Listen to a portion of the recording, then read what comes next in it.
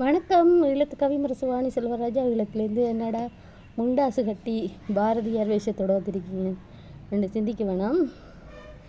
ஏற்கனவே நான் பாரதியார் கெட்டப்பில் பாட்டுகள் போட்டிருக்கிறது தான்.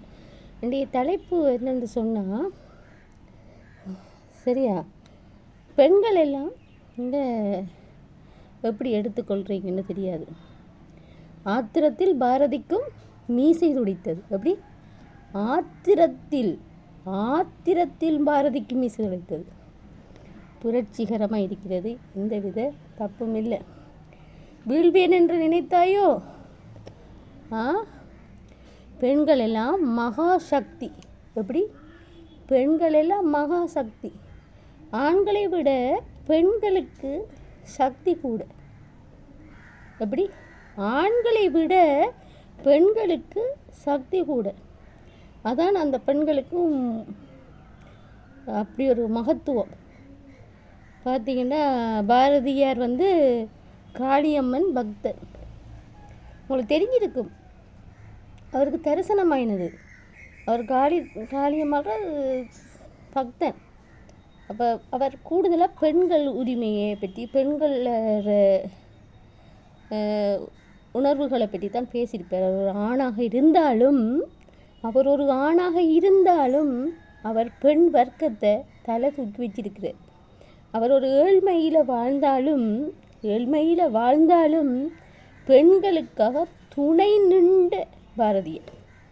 பாரதி இல்லை, பாரதி என்ற பாரதத்துக்கே ஒரு தீயாக விளங்கியவர் பாரதி. அவர் சாந்தமானவர். ஆனால் பெண்கள் என்ற உரிமையில் மீசையை முறுக்கிட்டு போய் நின்று பேசினவர். அப்போ அது ஒரு ஆண் இல்லையா?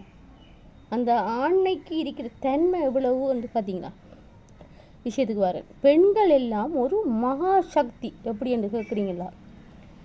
ஒரு 10 மாதம் அந்த பிள்ளையோட கருவை சுமந்து அந்த வயிற்றில் அந்த தன்மையை அடையும் போது அந்த பிரசவ வலி என்று இருக்கிறதில்ல, அந்த பிரசவ வலி என்றது மறுஜென்மம்.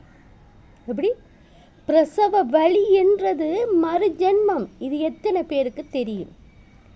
அந்த பெண்ணத்தன்மையால் தான் ஒரு ஆண் குழந்தையாக இருக்கட்டும், ஒரு பெண் குழந்தையாக இருக்கட்டும், அந்த சிசுக்கள் பெண் உறுப்பினால் தான் வெளிவருது. சாதாரண பிரசவம்.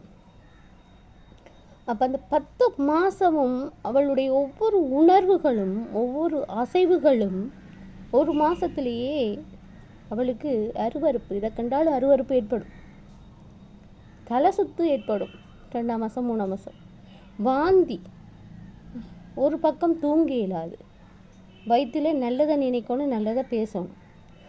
ஒவ்வொரு நாளும் ஒவ்வொரு நொடியும் நூலாக தன்னையும் தன் குழந்தையும் நேசித்து அதை பெற்று கையில் கொண்டு கொடுக்குறாள் இல்லை?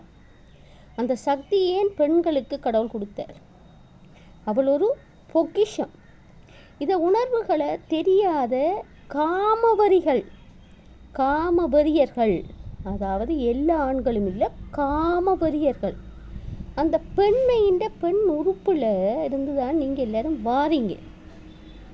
அதை ஏன் ஒரு கேவலமாக நீங்கள் அதை சிந்திக்கிங்க என்றது உங்களுக்குள்ளே நீங்கள் கேட்க வேண்டிய, ஒவ்வொருவனும் கேட்க வேண்டிய ஒரு கேள்வி.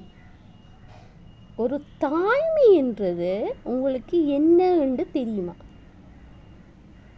பெண்கள் எல்லாம் ஒரு மகாசக்தி. உண்மையாகவே அவங்களுக்கு இருக்கிற தன்னம்பிக்கை, திறமை, கொள்கை எல்லாம் உங்களுக்கெல்லாம் இருக்கான்னு சொன்னால் நீங்களே சிந்தித்து பாருங்கள். இருக்காண்டு எல்லா ஆண்கள்லையும் சொல்லலை, பாரதியை சொல்கிறேன். பாரதி எப்படியானவர்? ஒரு ஆண் மகன். அவருக்குள்ளே இருந்த ஒவ்வொரு ஈர்ப்பும் அந்த பெண்களை மகாசக்திகளாகத்தான் வெளிப்படுத்தினவர். ஒரு அடிமையாக நினைக்க மாட்டேன். அப்போ அந்த பெண்கள் எல்லாம் பூவா மொட்டா பூவா மலரா பெண்ணாகிறா. எப்படி? சிறுவையில் குழந்தை மழலை, அதுக்கு பிறகு அவள் ஒரு 9-10 வயசில் ஒரு கன்னித்தன்மையை அடைஞ்சிடுவாள், பூ பெய்திடுவாள். அதுக்கு பிறகு அவள் குழந்தையை பெற்றா தாய்மை அடைகிறாள். அவள் வளர்ந்து பிள்ளையை வளர்த்து ஒரு நிலையில் அடையும் போது அவள் ஒரு பெண்மையை தாய்மையை ஒரு முழு பெண்ணாக அமைகிறாள். அப்போ அந்த பெண்ணில் எத்தனை தன்மை இருக்கு நீங்கள் யோசிச்சு பார்த்தீங்கன்னா, ஒரு ஆண்களையும் அந்தந்த கரு சுமக்கக்குள்ளே நீங்கள் அந்த பொறுமையையும் கோட்பாடையும் பிடிப்பீங்களான்னு சொன்னால் இல்லை. அந்த வலியை தாங்குவீங்களான்னு சொன்னால் தாங்கவே மாட்டீங்க. ஏனெண்டா நான் ஒரு தாயாக இருந்தபடியாக எனக்கு அதுக்கு முதல் தெரியாது. என் தாய் எப்படி கஷ்டப்பட்டிருப்பாள்ன்றது நான் முதல் பிள்ளையை ஈழும்போது நான் அதை உணர்ந்திருக்கிறேன். புரட்சிகரமாக பெண்ணாக இந்த இடத்துல இப்போ நான் உங்களோட பேசிக்கொண்டிருக்கிறேன். என்னுடைய தாய்க்கு நான் முதல் வணக்கத்தை தெரிவிக்கணும், தந்தைக்கு. தாயும் தகப்பனும் இல்லாட்டி நான் உண்மையாகவே உங்களுக்கு இந்த இடத்துல இப்படி ஒரு பெண் பிறந்து இந்த இடத்துல பேச வேண்டிய அவசியம் இல்லை. அப்போ ஒவ்வொரு பெண்களும் மகா சக்திகள். அவங்களுக்குள்ள இருக்கிற பொறுமையும் திறமையும் அவங்களோட தைரியமும் ஆண்களுக்கும் ஒருவருக்கும் இல்லை.